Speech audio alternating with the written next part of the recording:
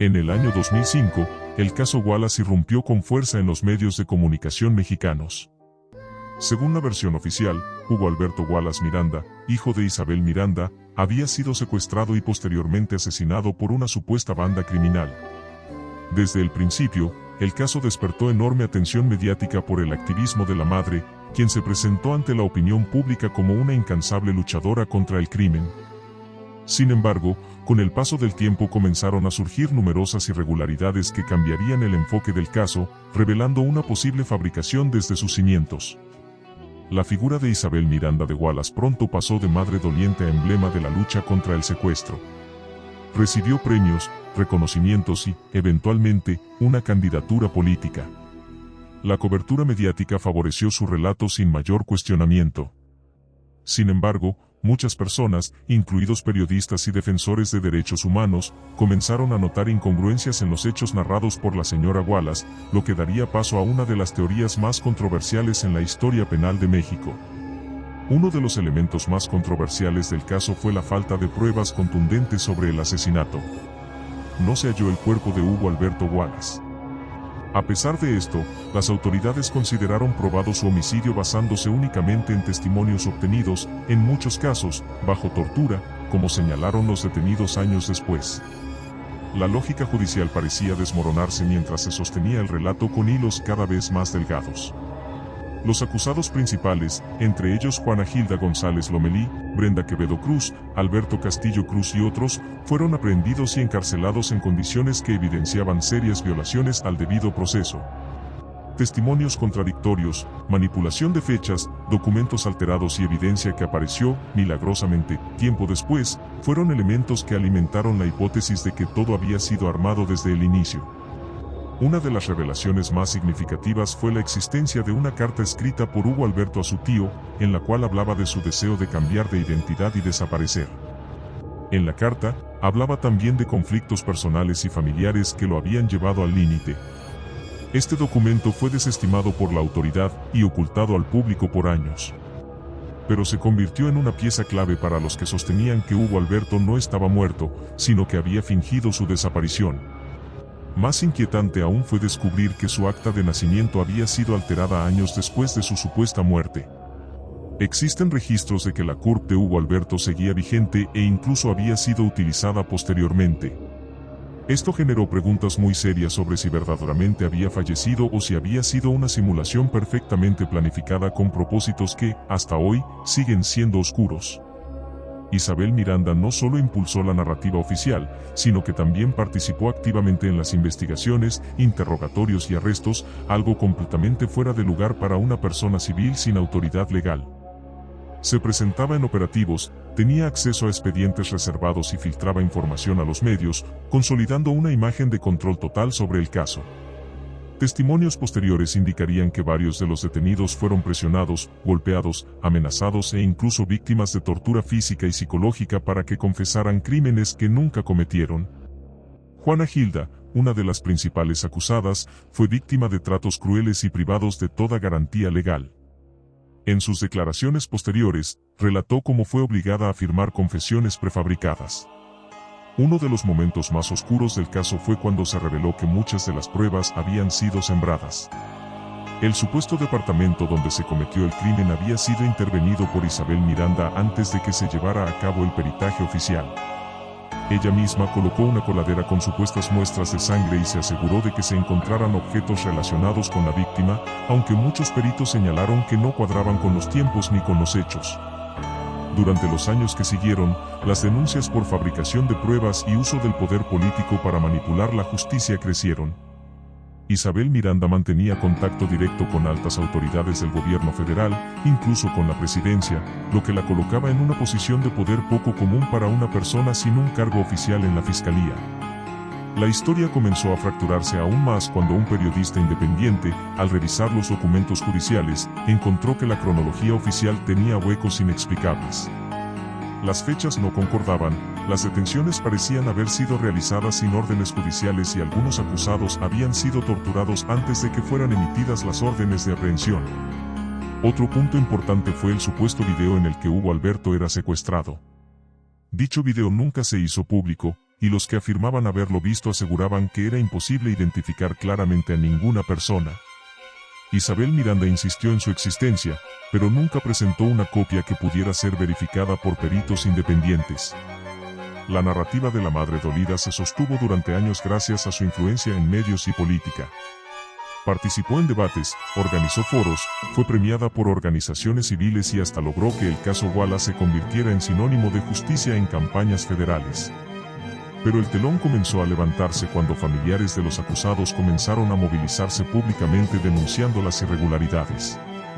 Juana Gilda fue una de las más activas en intentar demostrar su inocencia. Desde prisión, escribió cartas, grabó testimonios y logró que su historia llegara a oídos de organismos internacionales. Su caso fue tomado por defensores de derechos humanos que consideraban que era una presa política, víctima de un montaje legal que la había condenado sin prueba real. Entre los documentos más impactantes que salieron a la luz estaba la carta que Hugo Alberto dejó a su tío. En esa carta mencionaba que se iría del país, que no soportaba su vida y que necesitaba desaparecer. En ningún momento hablaba de amenazas o secuestros. Era el testimonio de un hombre desesperado que buscaba liberarse de una presión invisible pero abrumadora. Las teorías sobre su muerte fingida no solo nacieron del contenido de esa carta, sino también del rastro digital que dejó después de su supuesta desaparición. Se encontraron registros bancarios, movimientos con tarjetas y llamadas hechas desde dispositivos ligados a él. Ninguno de esos elementos fue considerado por la autoridad judicial. Mientras tanto, el relato de Isabel Miranda se volvía cada vez más rígido, más estricto, más intransigente. Nunca aceptó contradicciones, descalificaba a los críticos como enemigos de la justicia y aseguraba que todo era parte de una campaña para desacreditar su lucha. Pero la verdad es que su credibilidad comenzaba a erosionarse. Con el paso del tiempo, algunos funcionarios que habían trabajado en el caso confesaron que recibieron presiones para actuar de acuerdo a los deseos de Isabel Miranda. Se mencionaron nombres de agentes del Ministerio Público, jueces e incluso secretarios de Estado que obedecieron instrucciones informales para fabricar acusaciones. Este tipo de confesiones abrieron un abismo de dudas. ¿Cómo era posible que una madre pudiera controlar tantos elementos del aparato judicial? ¿Qué intereses estaban realmente detrás de la fabricación del caso Wallace? ¿Por qué se construyó una narrativa con tantas fisuras y sin cuerpo de la víctima? Otra evidencia alarmante fue el análisis del supuesto ADN de Hugo Alberto, encontrado en el departamento donde, según la versión oficial, fue asesinado. El resultado del análisis genético tenía inconsistencias que no se correspondían con los perfiles genéticos previos del joven.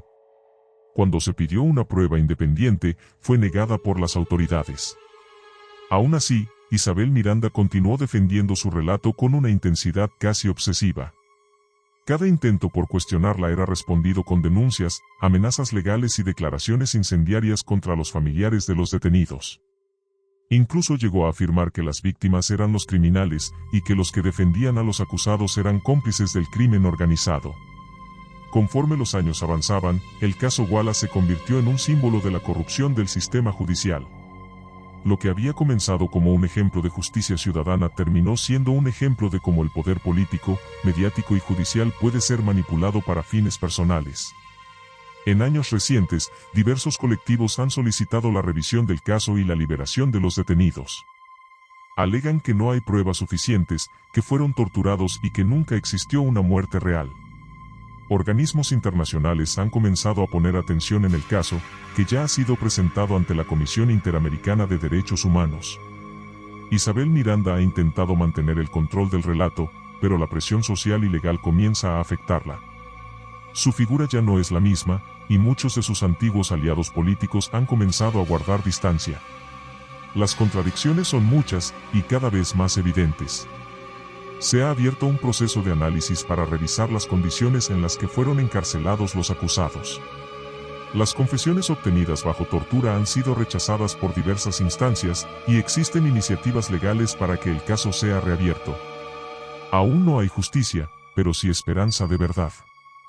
La historia del caso Wallace ha puesto en evidencia los peligros de un sistema judicial que puede ser controlado por intereses personales.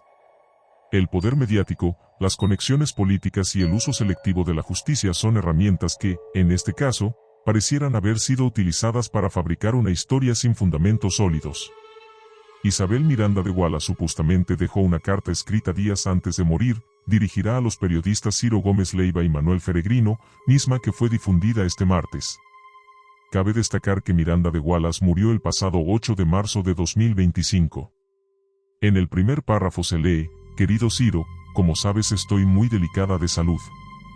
Por ello, recurro a mi hermano Roberto Miranda Torres, quien ha sido mi abogado en el caso que se inició en el caso de secuestro a mi hijo Hugo Alberto Miranda de Wallace, derivado de la información que me hicieron llegar en torno a los actos de corrupción que se cometieron para liberar a los secuestradores de mi hijo. Sé que tarde o temprano se liberará a los mismos, empezando por Juana Gilda. Una vez que el amparo de Juana Gilda González lo atrajo la SCJN, durante todos estos meses estuve en contacto con personal de las diversas ponencias para explicarle todo el caudal probatorio que existe en contra de la célula criminal que secuestró y asesinó a mi hijo, por lo que considero que no tienen jurídicamente medios para liberarla. Si lo hacen es por actos de corrupción denunciados y sin apego a derecho. Yo siempre he respetado a la SCJN, pero si liberan a Juana Gilda, es que actúan como cualquier cártel de la delincuencia organizada, ya que en determinados casos votan de esa forma. Por consigna me duele pensar que pueda ocurrir porque los mexicanos nunca recibiremos una verdadera justicia, si yo que, durante más de 19 años, he luchado de tiempo completo en el caso de mi hijo, que pueden esperar las víctimas que tienen que trabajar que solo acuden por información de su caso.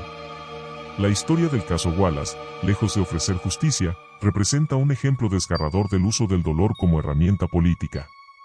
Isabel Miranda construyó una narrativa funcional a su ascenso público, pero los indicios sobre una desaparición voluntaria, pruebas sembradas y confesiones bajo tortura sugieren una de las fabricaciones más impactantes de la historia penal mexicana.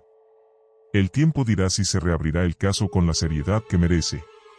Lo que está claro es que los fundamentos sobre los que se basó la acusación están plagados de inconsistencias. Las voces de los que siguen presos claman por justicia, y la sociedad exige que, al fin, se conozca la verdad completa, sin máscaras ni simulaciones.